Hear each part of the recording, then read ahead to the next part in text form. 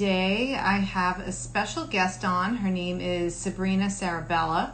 I've known her for a long time, and she's really an interesting person. And I wanted to have her on because, I think as a business owner and as a woman, and there's so many of us female business owners out, it's easy to kind of get swept up in the day to day and, the more money and business aspect of things.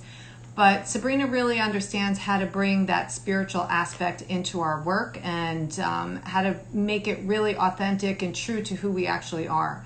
So I think her message is really powerful, and I'm excited to have her on. So let me just try to get her. Okay, let's see. She's joining right now. So let's see. And here she comes. Hi. Hi. How are you? I'm great. How are you? I'm great. You look amazing. It's so good to see you. Thank you. You too. I'm so excited to be here. Yeah, there we go. I'm getting cut off too. So I haven't seen you in so long, like in the flesh. No, it's been over a year. Yeah, I think so. I mean, Yeah. well before the whole COVID situation happened. Yeah. So how have you been doing? Tell me what's going on. I've been doing good. I mean, COVID was an interesting situation, right? I'm such a social person, so it was tough to kind of be inside and not doing like all my outdoor things. But Yeah. I live in a city, so my friends and I, or people I would with, would go out for nice walks and stuff, and I would still actually see my sister and our kids. So it wasn't bad. And I actually was pretty busy with my business. One of my business is helping female entrepreneurs or wellness professionals build their online business. And I have been doing this for years. And when this all happened, I was like, okay, like this is what we're doing. And everyone's like, wait, what are you doing? Tell me about it. I'm like, I've been talking about it for years. People can't hear it until the time is right, It's so true. Yeah. So lose you? Oh, sorry about okay. There we go. I was falling. So it's actually pretty busy during quarantine with business. And I also teach fitness classes, and I was doing it in person. Really? And then when this all during quarantine? Before quarantine. And then during quarantine, a friend and I was like, let's put it all online. She's like, I don't know how to do that. I was like, I do. So I completely did it. And now we're still teaching. We do like a 9:30 class every day live. And Wow. then we record it. And if you can't make it live, we send it to you. And we have about like 60 members, I think, right now. We do like a weekly and monthly membership. So I've been teaching 2 to 3 days a week. And I love it. It's great. From my apartment, and I go to the beach, and I do it from the beach too. So it's amazing. That's incredible. It sounds like this all is really been okay for you. And in some ways, maybe it even enhanced what you were doing already. Yeah, it totally was. I felt like a lot of, I kind of preached about that, is that it was kind of like a lot of trauma and grief for people. And if you've never dealt with it before in your life, it was like so shocking to you and you couldn't really deal with it. And so at first when it all happened, I kind of felt the same way. I was like, oh my God, what is going on? What is this world? But so as you know, my father passed away a few years ago, and it was super, super traumatic for me, very intense grief. So I had these tools that I have already learned to use, how to deal with intense trauma and grief. So I was able to kind of like pull up in these tools and be like, okay, I went through the worst thing I've ever happened to me. Yeah. I'm going to get through this. And I was able to kind of like also help other people with the same things, and being like, if you know how to get through trauma and grief, like you can get through something else. It's kind of like just using the same tools that you've already learned. So I actually thrived a little bit in quarantine. Amazing. Yeah. I love to hear that. Yeah. And now I love, I love summer. So the summer I go down to the beach all the time, and I get to spend a lot of time at the beach. And the beach I go to isn't very busy at all, which is nice. Like they kind of keep it really, really quiet. So it's been great. Yeah. Oh my God, amazing. Well, I'm happy to hear that. I'm happy to hear Thank you doing great. So I started to briefly introduce you before I brought you on. Why don't you start with kind of explaining your journey? And I'll just say again a little bit about you, and then you can fill in all my gaps. So Sabrina is a wellness expert. She's a fitness expert. She's a nutrition expert. She's a Reiki master. And she's figured out how to kind of take all of her different training from all of her walks of life and bring it all together to help female entrepreneurs really find their center and find their authentic selves and their truth in their business, so that what they're putting forth really feels good, feels authentic, and they can thrive kind of by just expanding on who they really are. Did I get that right? Yeah, awesome. Perfect. So basically, I've always been in wellness. My mom was really into working out, so I started working out pretty early in life.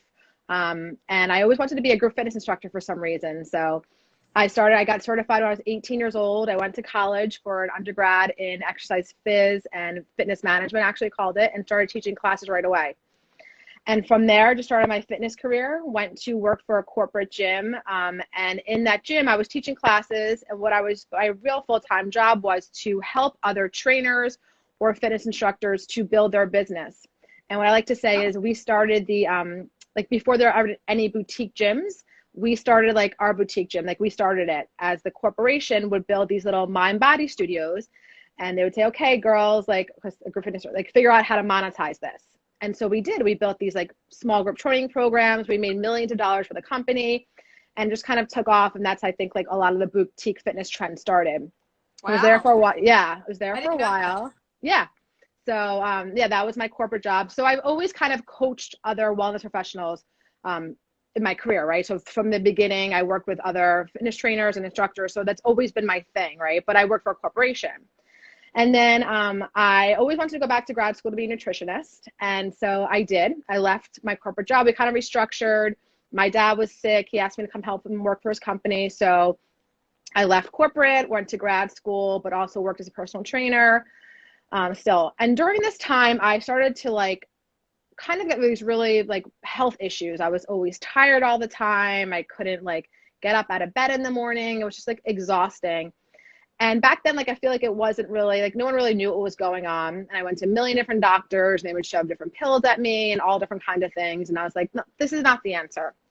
So long story short, I ended up finding a nutritionist that was like, can you just check that you have, like, mercury poisoning? I'm like, what are you talking about? Of course I don't. And I went to a functional medicine doctor in the city, and he was like, I've never seen levels like this in my life. I was like, wow. What? So they were super high, and it was causing like my thyroid to be off. It was causing, in addition to me over teaching classes, like group fitness classes, I would teach early in the morning. I'd be there late at night because I was hustling, grad school, all these kind of things. It was just like a perfect storm, right? I had this adrenal fatigue. I had this really bad mercury poisoning. I had so I had to do chelation for a few months, and everything just kind of was shot. And basically tried to figure out this health journey of myself. So me going to grad school coupled with this was like, I need to figure these things out and then help other people. So that's where my health journey was, and that. And then after grad school, I started to, I met someone that was doing like online training, and I was like, this is kind of interesting, and I can combine my fitness and my nutrition stuff together. And I started to do these 4-week weight loss programs, like 4-week jump starts, all online. And it was going really well. I would get like a lot of people, and I was really just kind of like, because I really like the group aspect. I was a group fitness instructor. I really like working with groups of people. Mm-hmm. So it just happened to be like this perfect thing that kind of went this way. And then from there, I was doing that. And then people would be like, well, how do you do that? Like, how are you doing these group fitness or these online programs? And then I started to now coach again, but more on my own this time, how to help other wellness professionals build this online. And it was like, I kind of preach, like, because I know that fitness hustle, I know like getting up early, working all day, being exhausted, like that's not the way to go. Like we all are in wellness because we want to help people. We want to be better people, but we don't want to be burnt out. We want to like be as healthy as we possibly can. So it was like this whole thing combined. I wanted to do it because it was helpful for my adrenals to sleep in the morning and not teach a 6 a.m. class every morning, and to teach these programs. So that's how I started where I am. And then and then also with my spiritual journey, I don't remember how I started. I think maybe you were definitely a catalyst helping me. Well, you guys used to just laugh. I mean, I know. We went to grad school together, and we were roommates. And I used to tell stories to Sabrina and our other roommate, and they would just crack up. Because I'm sure I sounded like I came from another planet, literally. It was. You would tell me stories like, I don't know why I'm telling you this, but I'm supposed to tell you this. I'm like, all right. I would always feel like I was supposed to tell you. So I would just tell you, and you'd be like. Yeah, and you totally, I think actually you started me, you met, I think you gave me Allie to do, came to my house, I don't know what it's called. Feng Shui. ventured in my house, and then we're kind of rolled into this whole big thing, this spiritual thing. And I end up becoming, for the last few years, a Reiki master myself. And I'm not super like woo-woo or out there with the whole thing, but what I do is I do infuse it into my business coaching by just the things that I do, because I understand how crazy it can sound sometimes, but when I just tweak some things and I say things certain ways, you get the best of both worlds, like the business and the spiritual together. And they kind of sometimes don't know exactly what I'm getting at, but they get the end result that I want them to get. Well, let's give an example. Like, let's say you're coaching me right now, and I come to you and I am saying, okay, I really want to work on my branding. And I want you to help me find my messaging. So how does that tie in with like a spiritual component? So when I talk about messaging and branding, I first talk about like having to know who you are, where your struggles come, and like how you got to this journey, right? So kind of how I just explained how I got there. Everyone has a story. Everyone has a journey. Yeah. And then we talk about who do you want to help? Why do you want to help them? And how can you help them? We start to kind of get that. And then through these exercises and talking, your soul knows, right? Your soul always knows where it's supposed to be. So just kind of getting through these exercises and really getting to the deep root of like why you want to help people or how you can help people is just that connection spiritual anyway. Even if they don't know it or they don't want to know it, I know it. I know that like their soul is always talking to me and they're talking to themselves. And I'll just say like, okay, like don't question that. If that's where you're being called to, like, let's go with that. And again, like I said, like I might not say to them, like, that's your soul, that's your whatever, knowing it, but that's how I get to it. And just to reframe that for a second, I think some people might call it soul. Some people might say it's like an inner knowing or like an inner voice or like their intuition, right? Would you say that these are all pretty much the same things? Yeah. All the same. You can use it. You can use like, yeah, intuition, soul knowing, they're all the same, right? We all have our intuition. I guess that's probably the simplest way to say it, right? We all kind of know like that gut feeling. Yeah. And it's just like teaching people how to trust it, right? Is like, don't second guess it. Cause a lot of times like we like, oh, well, everyone else is doing that, or I'm not good at that, or I have imposter syndrome or something like that. It's just like helping them, coach them through like, no, you are good at this and no one else is like you. And you are here for a reason to help some person and your message is going to resonate with somebody. Just kind of encouraging that. You know, you just brought something up, I think that a lot of women suffer from, maybe men too. I don't know. I've had the conversation with lots of my female friends, and I haven't had it with men, but so that is the imposter syndrome. So I think let's talk a little bit about what that is, because I remember very clearly the first time I ever had it was when I was in my 20s. I was young. I was in a very big job in fashion. It was like a, really good job. And I had a lot of responsibility. And I just remember being like, oh God, how long is it going to take before they wind up figuring out that I don't know what I'm doing? Right. And I was just like, I'm dead. I'm going to just destroy this place. And of course I didn't. I did a great job. But that was how I felt. And I remember talking to my friend back then at like 25 years old and her saying, you have imposter syndrome. And I was like, really? So can you talk a little bit about where you think that comes from? And as women, how do we overcome that? I think that's really strong for people. Yeah, I think women especially, because men never go to something like, I can't do that. Men are like, I can do that. I can do it better than you can do it. Like I think it's like society, right? Is that we are women kind of have to take a backseat. And I don't think it's as much anymore in our new generations coming up. I think our woman empowerment, everything else is definitely kind of risen.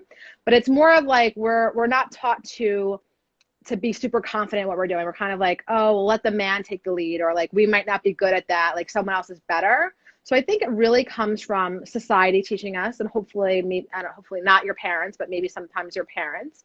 But what happens, I think how we can overcome it is basically just going back and be like, okay, I have A, B, and C skills and everything's figure outable. Like I'll figure it out. Like I am as good as the next person because I probably know as much as that person or more. And I think it really just comes down to self-confidence and building that self-confidence. And I think, unfortunately, as women, we aren't as confident as men are. And that's definitely something we need to work on. I need to work on. I think we all do. And I think it's like a practice every day. And I always say like almost like building more knowledge too. Knowledge trying things out and failing, and knowing that when you failed, you can recorrect and do it better the next time. Because again, any inventor, any CEO, any person that's super successful will tell you how many times they've failed before they succeeded. So I think that we have to learn that failing is a good thing, because it means that we're actually taking steps forward.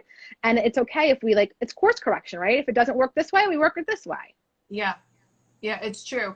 I had a rule right around that time that I was going to say yes to any opportunity I got, whether I could do it or not, whether I thought I could do it or not.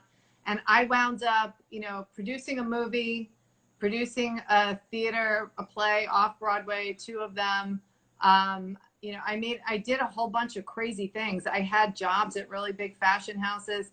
I did nuts things that I always thought I was going to get found out because I didn't know what I was doing, but it always worked out. Right. You always figure, right. We always figure out, not everyone doesn't know everything, right? It's like, we always figure things out. So just trust, again, go back to that inner knowing, trust that your intuition will teach you the right way. And I always say, you always have all the answers inside of you, right? We always know. It's getting that quiet and actually listening to it and trusting it that we can get to where we want to go. Yeah. Yeah. I think that's true. I do think though that sometimes, especially when things are so chaotic, it can be easy to drown out that voice. So I guess that's part of your work with clients. Correct me if I'm wrong, is kind of helping them tap back into listening to that.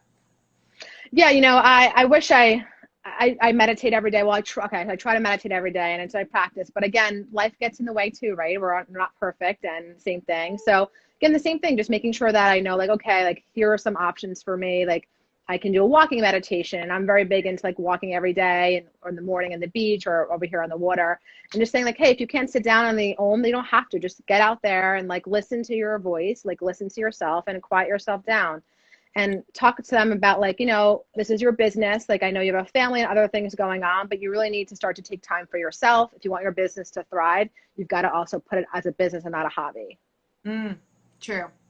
And I just want to remind anyone who's live with us right now that Sabrina is here, and she's accessible. So if anyone has a question, or if anything either of us are saying resonates, please type it down in the chat.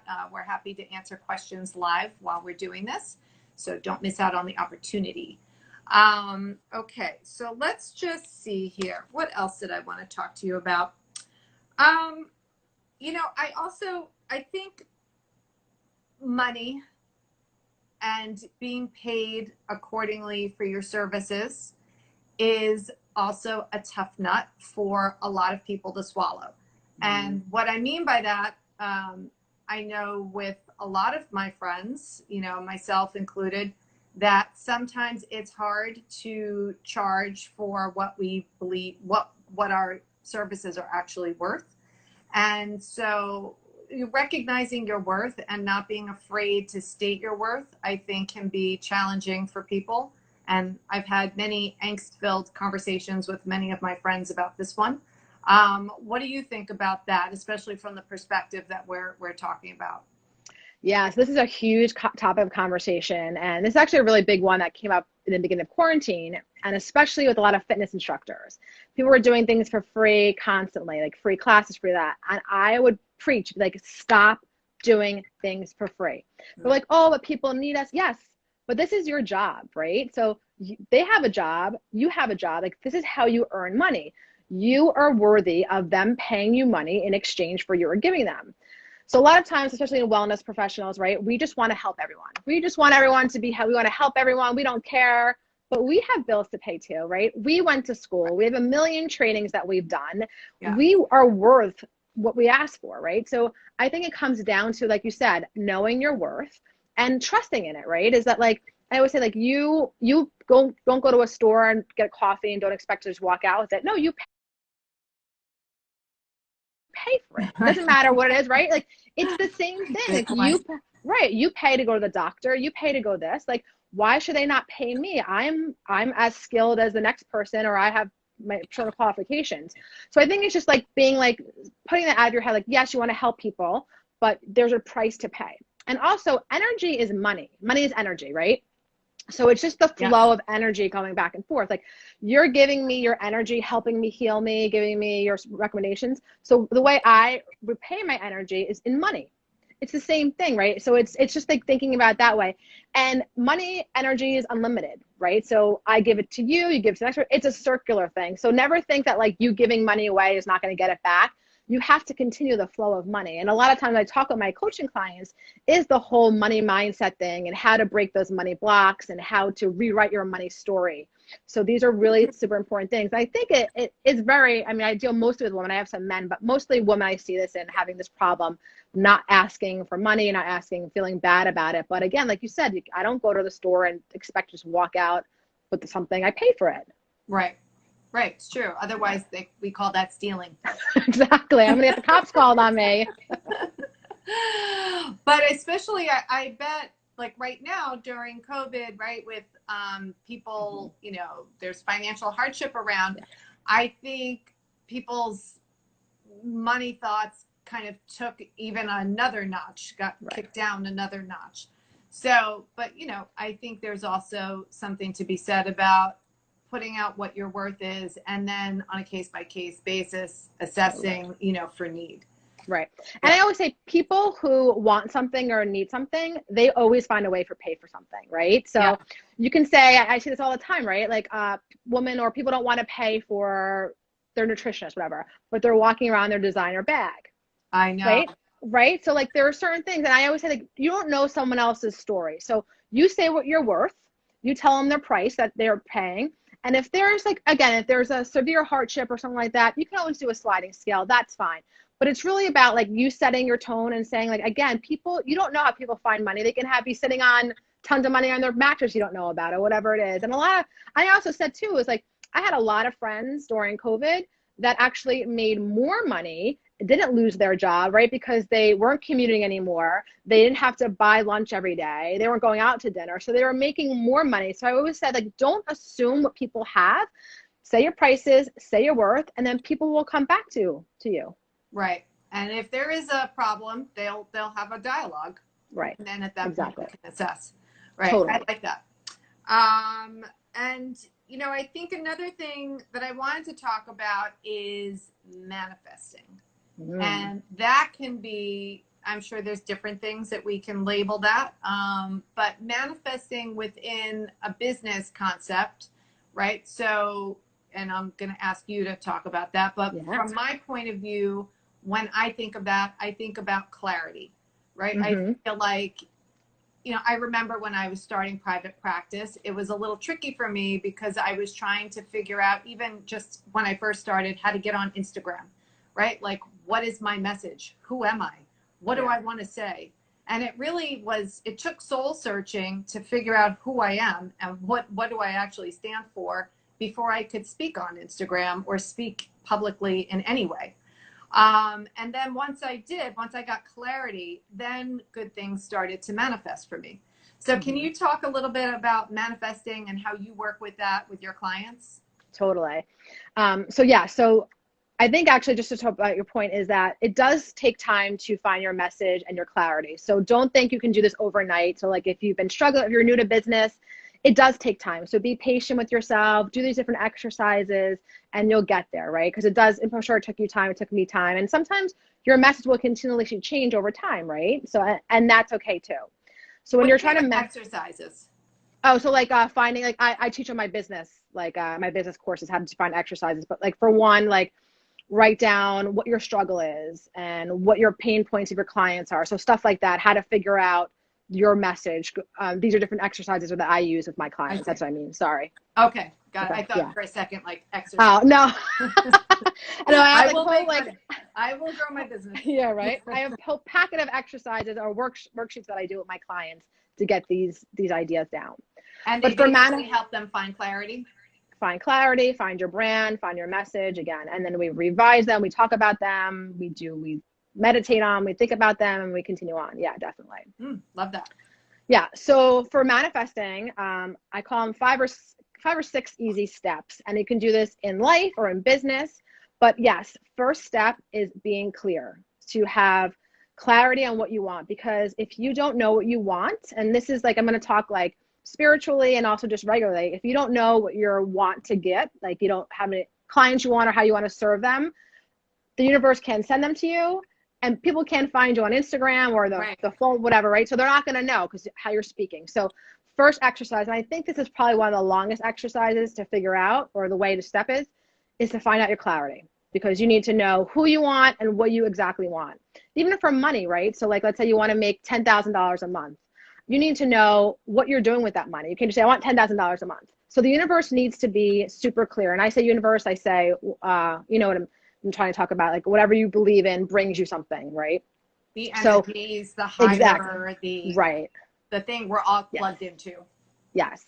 So step one, being super clear on what you want. And that again takes time.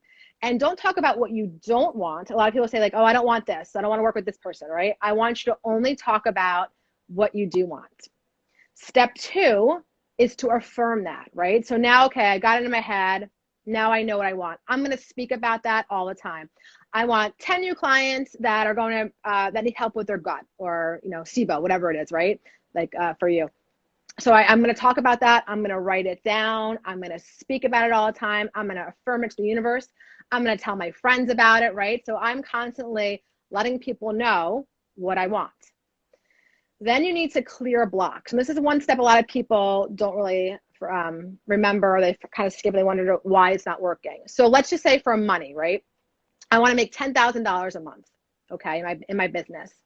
But now I need to think about, again, those money blocks. What's my money story?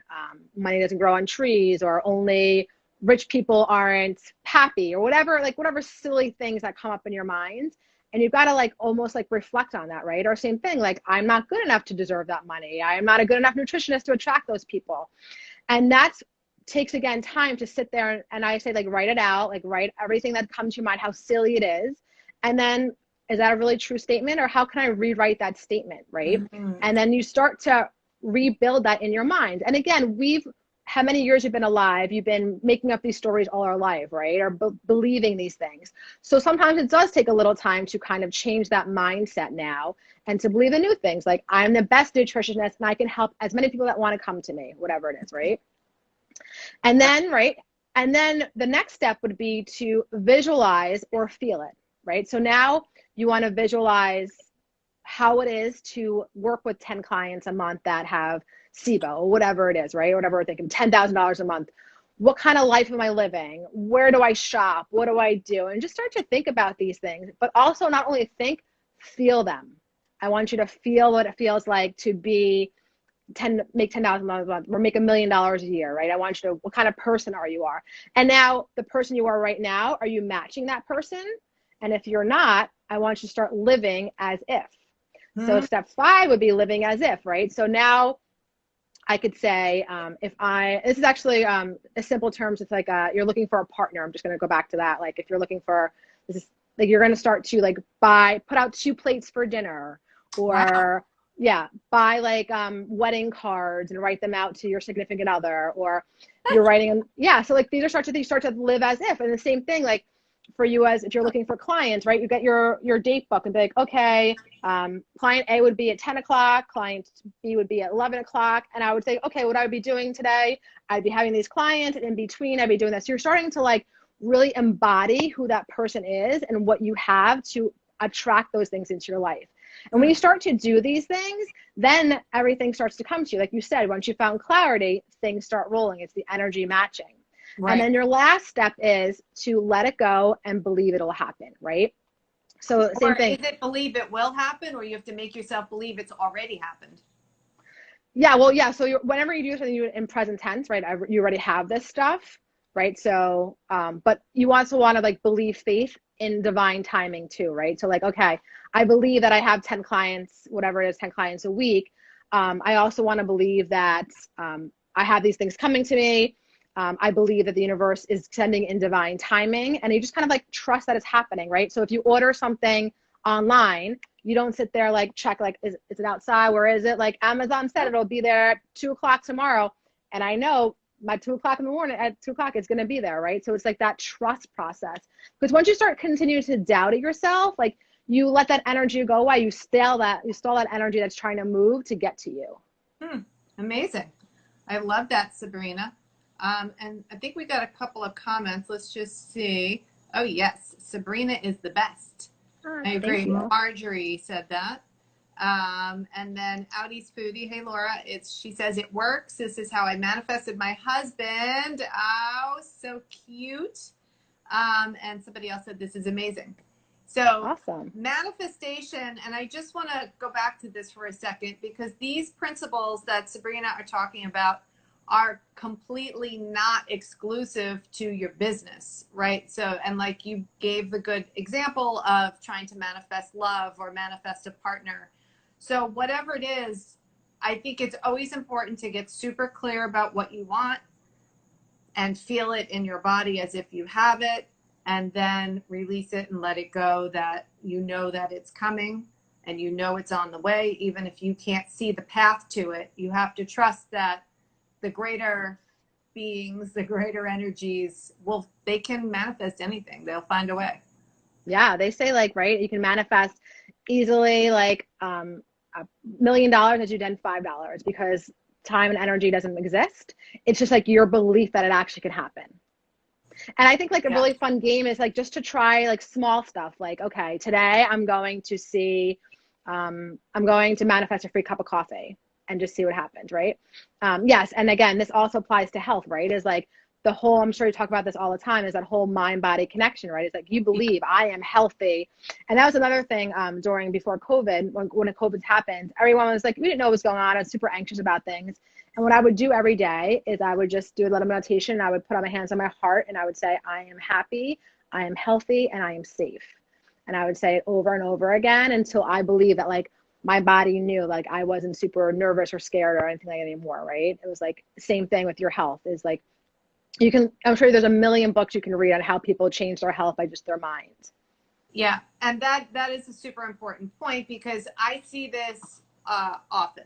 I see clients and patients that are sort of hooked into their illness, and you know, for whatever reason, they don't believe they're going to get better, so they Right. don't get better.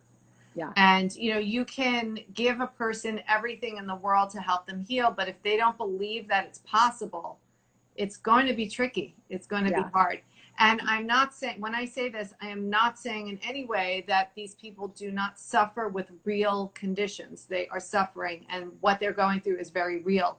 But I also have seen enough people at this point with this sort of mindset to know that there is for some people an inability to shift the mind enough to make that transition and actually get to the healing. Or Yeah, not, it's totally. not impossible. Sometimes we just have to work through it. Right. And I think like that whole manifestation can go back to you working with clients is saying like you actually get clear on their situation, right? You give them the steps they need to take, like the supplements, the diet, everything like that. So now they have to live as if they're healthy, right? It's the same thing. And then now they have to believe that they can heal and they have to trust that you are helping them and that it's going to happen. And it's the same thing, right? It's a simple formula. You can relate to almost anything in life. Right. It's true.